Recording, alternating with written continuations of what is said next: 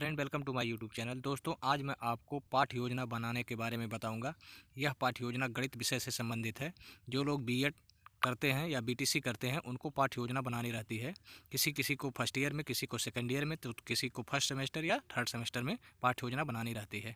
तो आज हम आपको बताएंगे कि पाठ्य योजना कैसे बनाई जाती है।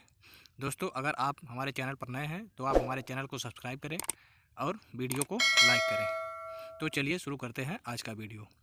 कोई भी पाठ्य योजना बनाने के लिए सबसे पहले आप पाठ्य योजना क्रमांक लिखते हैं। जैसे यह पाठ्य योजना संख्या 2 है।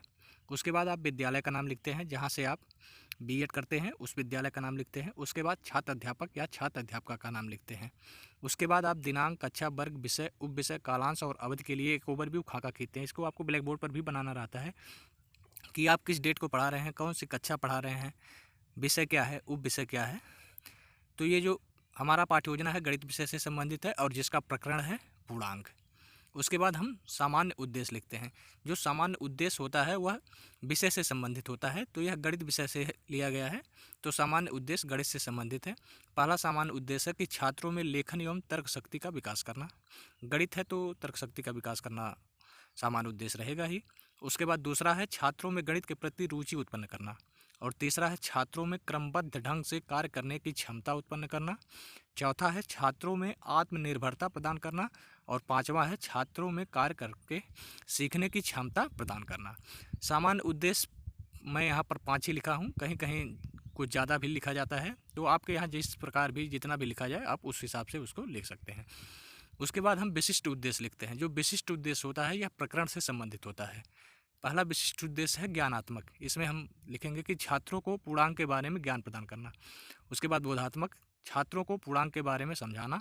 प्रयोगात्मक, छात्रों को इस योग्य बनाना कि वो पूर्णांक के बारे में ध्यानपूर्वक अध्ययन कर सकें। और क्रियात्मक है, छात्र पूर्णांक की जानकारी अपने व्यवहारिक जीवन में अपना सकेंगे।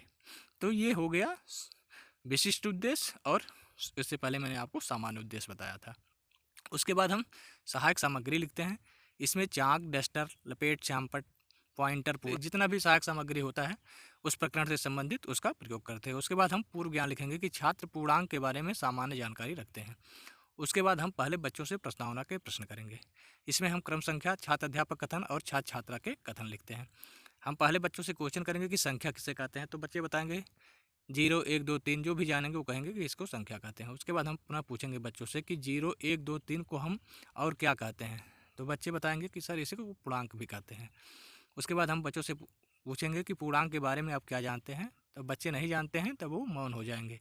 अब यही समस्यात्मक क्वेश्चन हो गया। उसके बाद हम उद्देश्य कथन कहेंगे कि बच्चों आज हम सब पूर्णांक के बारे में विस्तृत अध्ययन करेंगे। उसके बाद हम पुनः प्रस्तुतिकरण अब करते हैं। इसमें हम शिक्षण बिंदु लिखते हैं, छात्र अध्यापक कथन और छात्र छात्रा के कथन लिखते हैं। अब हम पुनः बच्चों से 1-2 विकासात्मक क्वेश्चन करेंगे। उसके बाद हम अपनी व्याख्या प्रस्तुत करेंगे।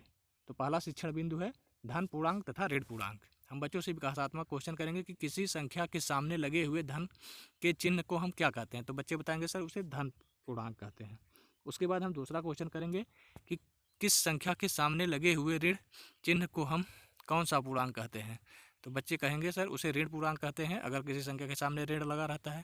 उसके बाद हम तीसरा क्वेश्चन करेंगे कि ऋण पूर्णांक में ऋण पूर्णांक से गुणा करने पर कौन सा पूर्णांक प्राप्त होता है, तो ये बच्चे नहीं बता पाएंगे क्योंकि वो अभी गुणा के बारे में, पूर्णांकों के बारे में नहीं जानते हैं।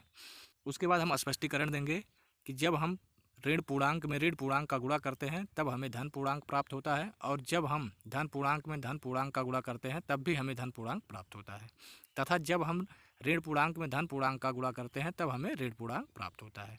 अब ये हो गया पहला शिक्षण बिंदु से संबंधित स्पष्टीकरण।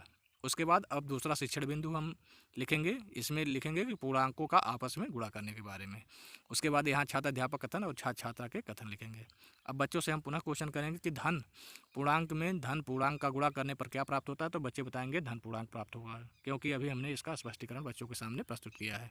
उसके बाद दूसरा क्वेश्चन हम करेंगे कि ऋण पूर्णांक में ऋण पूर्णांक का गुणा करने पर कैसा पूर्णांक प्राप्त होता है, तो बच्चे बताएंगे धन पूर्णांक ही प्राप्त होगा।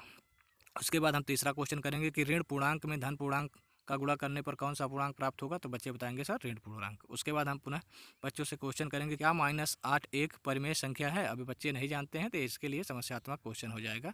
उसके बाद हम स्पष्टीकरण करेंगे कि हाँ -8 एक ऋणात्मक संख्या है। जब किसी संख्या को बटे के रूप में लिखते हैं तो हम उसे भिन्न कहते हैं। सभी भिन्न पूर्णांक नहीं होते हैं तथा इसी पूर्णांक में लिखे गए सभी भिन्न परिमेय संख्या होते हैं तथा सभी परिमेय संख्या भिन्न नहीं हो सकते हैं। शून्य ना तो ऋणात्मक पूर्णांक है और ना ही धनात्मक पूर्णांक है। -12/5 ना तो पूर्णांक है और ना ही भिन्न है तथा -4/2 एक पूर्णांक है, भिन्न नहीं है। इसके बाद हम तीसरा शिक्षण बिंदु लिखेंगे कि पूर्णांक तथा भिन्न के बारे में बच्चों को बताएंगे। अब हम बच्चों से क्वेश्चन करेंगे कि जब कोई संख्या बटे के रूप में लिखी गई हो तो उसे क्या कहते हैं? तो बच्चे बताएंगे सर उसे भिन्न कहते हैं। क्या सभी भिन्न पूर्णांक नहीं हो सकते? तो बच्चे कहेंगे नहीं। उसके बाद हम पुनः तीसरा क्वेश्चन करेंगे, क्या सभी परिमेय संख्या भिन्न हो सकती है? तो बच्चे कहेंगे नहीं। तो हम फिर क्वेश्चन करेंगे, क्या सभी भिन्न परिमेय संख्या हो सकती है? तो बच्चे कहेंगे हाँ। क्या -4/2 पूर्णांक है? अभी बच्चे नहीं जानते हैं, तो उसके बाद हम इसका स्पष्टीकरण देंगे। स्पष्टीकरण कि बच्चों, संख्या को ही पूर्णांक कहा जाता है। पूर्णांक दो प्रकार के होते हैं, जैसे धन पूर्णांक व ऋण पूर्णांक। धन पूर्णांक हम उस संख्या को कहते हैं जो हमें किसी भी संख्या के सामने धन का चिन्ह या कोई भी चिन्ह ना दिखाई दे, उसे ही धन पूर्णांक कहते हैं। तथा ऋण पूर्णांक वह पूर्णांक है जो किसी संख्या के सामने ऋण का चिन्ह लगा हो तो उसे ऋण पूर्णांक कहते हैं। उसके बाद हम पुनरावृत्ति के प्रश्न करेंगे कि पूर्णांक कितने प्रकार के होते हैं। अभी बच्चे जानते हैं क्योंकि इसके बारे में हमने बताया है। दूसरा क्वेश्चन पुनरावृत्ति में रहेगा कि धन पूर्णांक किसे कहते हैं। शून्य संख्या क्या पूर्णांक हो सकता है। चौथा, क्या -12/5 पूर्णांक है। और पाँचवा, क्या 2/-4 भिन्न है, कौन सा पूर्णांक है, इसके बारे में। उसके बाद श्यामपट्ट कार्य।